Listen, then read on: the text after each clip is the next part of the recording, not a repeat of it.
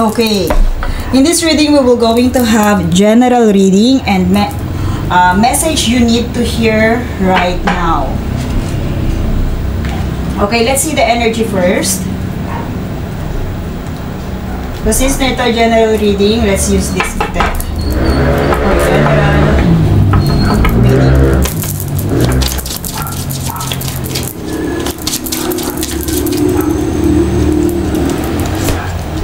Oh, the clouds. Doubt.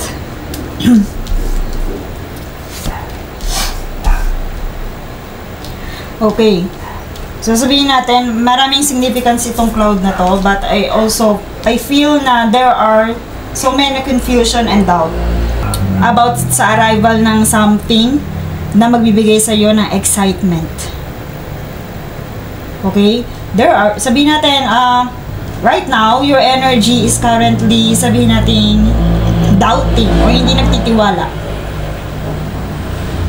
I also hear na may tendency ito din, excitement na to. Pag nakikita, okay, ito kasi yung excitement na to, pwede ting double meaning to. Na-excite ka sa mga bagay, pwedeng happiness, na pwede ding mag-cause sa'yo ng pain. So, ano yun? Ano yung bagay na yun na parang iniintay mo? Okay. But, eto ha, yung iniintay mo na to, darating to, papunta ka dito. Meron ka lang confusion, meron ka lang doubt na nararamdaman right now. Bakit kami doubt? Anong bumabagabag sa isip mo?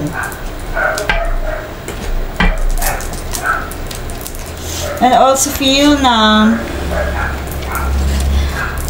may heavy emotions ako nararamdaman dito. The clouds here. And at the same time, sabihin natin mixed emotions because of these cards. Tingnan nyo mabuti yung mixed emotions dito. But one thing is for sure, there's an arrival of excitement here. Some communication then. Communication also coming because of this chatter bird. Pag bird tayo, more on chatting, di ba? I also see that. Let's see the confirmation for this. Ayan.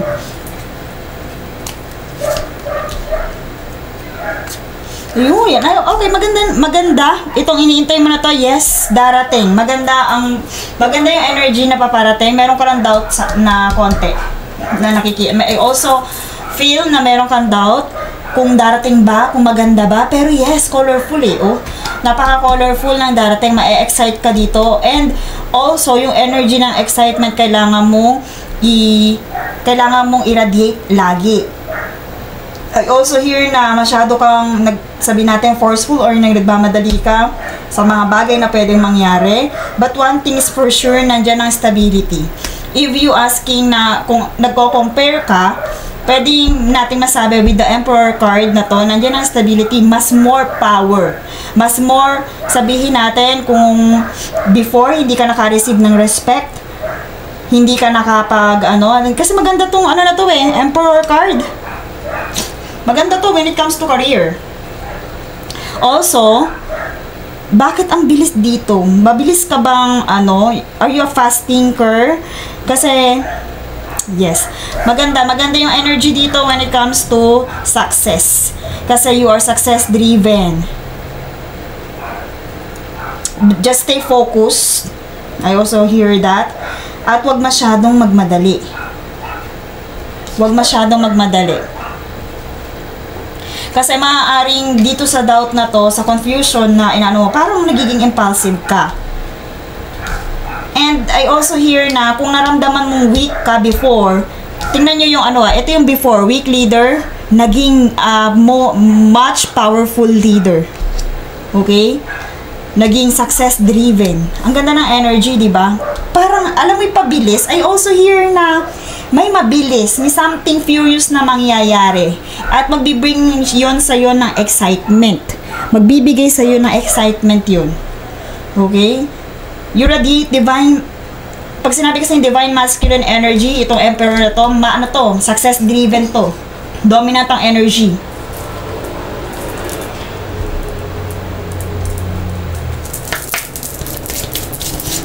Okay. So, andito kasi weak leader. Maaaring before and biglang lumitaw dito yung structure pagdating sa leadership. Diba? Prosperity card. Lumitaw. Maaari yan yung upcoming na medyo mabilis. Yung paparating. Ayan o, paparating siya. Papunta siya dun eh. Sa ang tawag doon? Excite part. Ano yan? The exciting part. Ayun, papunta siya doon. Ayan o, papatakbo siya. Pabilis.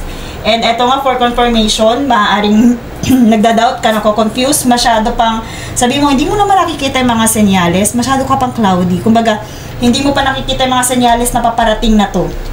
Okay? Pero ito, yung isang paparating is prosperity.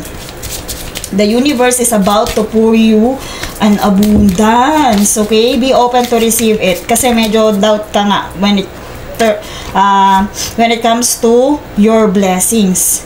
So, you have to go outside to connect with your manifestations. You have, sabihin natin, kung nagkukulong ka palagi, the spirits wants you to be or to go outside. Connect yourself with, sabihin natin, ground yourself with nature.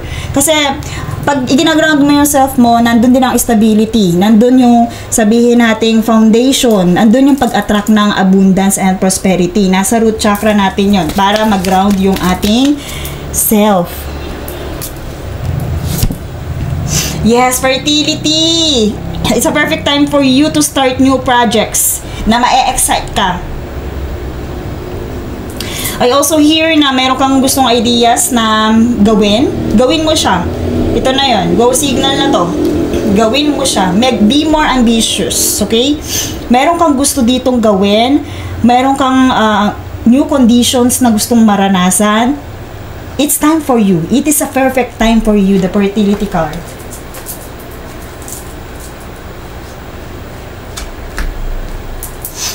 Okay. The fertility card. Hindi mo masyadong nakikita to. Hindi mo nararamdaman. Parang napapaisip ka. Pero tingnan mo kasi parang siya nakatago pa sa cloud eh. Hindi mo talaga siya makikita pa. Pero always, think on the bright side. Tingnan mo, meron talagang paparating na magkukos sa'yo na excitement.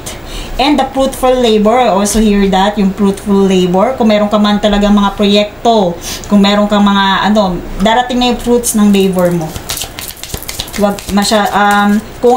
Kung gusto mo yung comparison, kung before, after, yes, merong magandang pagbabago because from this weak leader, dumating si Emperor. Okay? Just to ground yourself. Para hindi ka masyadong kinakain ito. Hindi ka masyadong, sabihin natin, in doubt. Okay.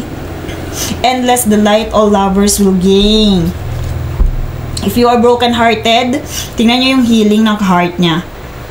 Okay? Do you know that heart wards off every pain? Okay? So, paparating din yan sa'yo. All lovers will gain.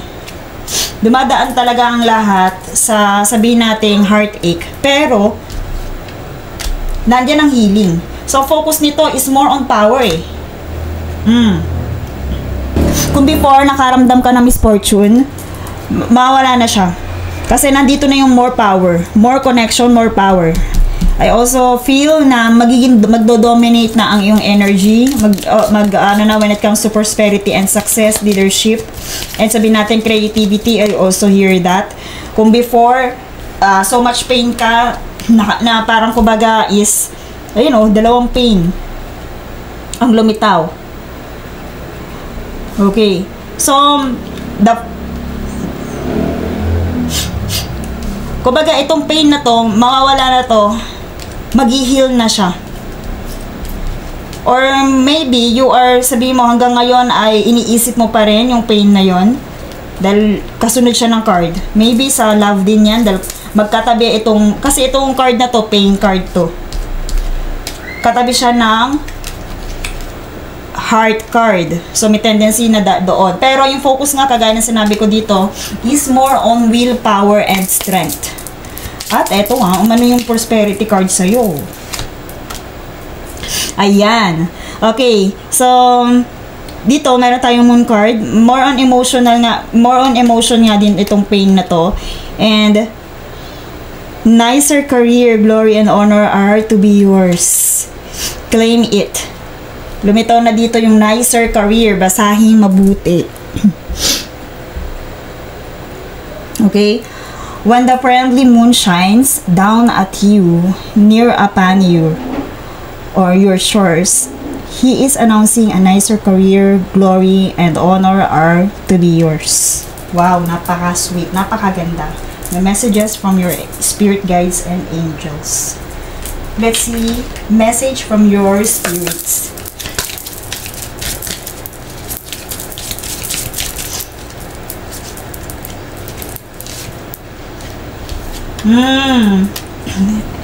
Intensification. Manifestations, i-intensify mo. Kung ikaw ay laging nag-affirmation paggabi, i-intensify mo siya. Paulit-ulit mo siyang i-chant, idasal. Eto, andito na naman tong ano na to, oh. Yung blooming na to. Lumitaw na naman dito yung awakening, okay? Kumbaga, you are blossoming talaga. And, ayan. Ba't double? Double astera ka? Fertility. Meron ka nga gustong gawin na ideas, new ideas. Double fertility, oh. Double fertility. Pwedeng naisip mo siya nitong season na to, nung nakaraang season, kasi nandiyan egg. Pwede nung nakaraang Lenten season, during Lenten season, meron ka bang parang naging interest, gustong naging gawin? Kung meron man, the spirits wants you to push that. Kasi ayan, oh, incubation. Kumbaga lumitaw dito na you are supported. Kung meron ka mang gustong gawin, ideas na gustong gawin, you are supported. So right now, kung if you feel still cloudy, paano ka magsisimula bukod sa pag-grounded? All you have to do right now is, yan, grounded nga, ground yourself. Anong sabi kanina? Masyado ka daw nakakulong. So you have to ground yourself. Go outside. Okay, go outside and get some fresh air. Take a walk. Puro grounding yan para ma-manifest mo na tong prosperity. Ito mo, may paparating sa'yo na prosperity talaga. May excite ka. And I also feel na meron kang gusto talagang gawin with this, excuse me, with this Ostera card. Dalawa, double fertility. Or else, kung meron kang boyfriend, ayan, fertility. Pwede mabilis kang mabuntes. Kung wala naman, creation yan. New ideas, creation, business, arts, pwedeng ganon. Kasi meron kang gustong gawin. I-push mo yan. Yun yung gustong sabihin sa'yo ng spirits. Okay. Grow from your heart out. Ganda. Okay. So, you have, it's time for you to forgive. Forgive that person who hurt you most. Your parents, and most of all, yourself. You are not a doormat. You are an evolved being. Okay? When you feel like giving up on love,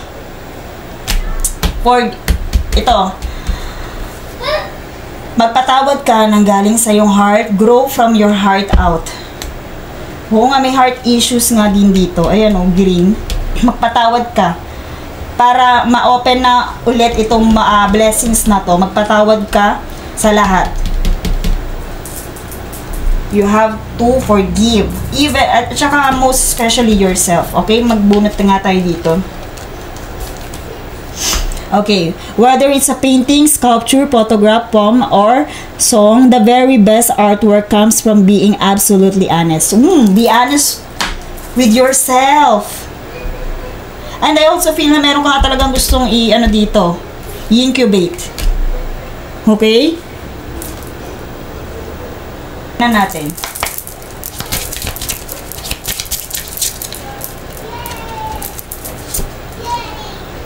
Wow! Ang galing talaga. Leadership na naman. Okay? Leadership na naman talaga.